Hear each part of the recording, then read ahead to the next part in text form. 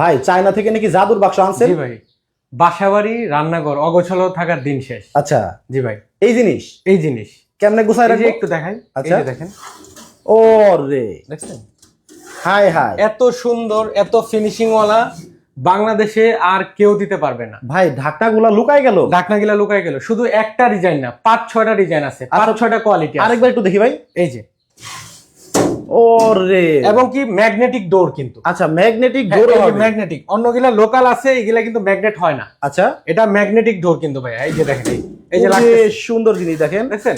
এই মানে বাসাবাড়ি আর রান্নাঘর অগোছালো থাকবে না ভাই। আর অগোছালো থাকবে না। ডিজাইন দেখেন ভাই, কতগুলা ডিজাইন। কি কি রাখা যাবে এখানে কেউ যদি চায় হাড়ি পাতিল, খাবার দাবার, কেউ মশলার জার, যার যেটা ভাল লাগে, যার আচ্ছা। যেটা মন চায় গুছায় রাখবে। গুছায় রাখবে। দেখেন, আমরা কিন্তু এমন একটা জায়গায় চলে আসছি, ওনারা কিন্তু হচ্ছে চায়না থেকে এই স্মার্ট ক্যাবিনেট গুলা কিন্তু ওনারা ইনপুট করে সরাসরি।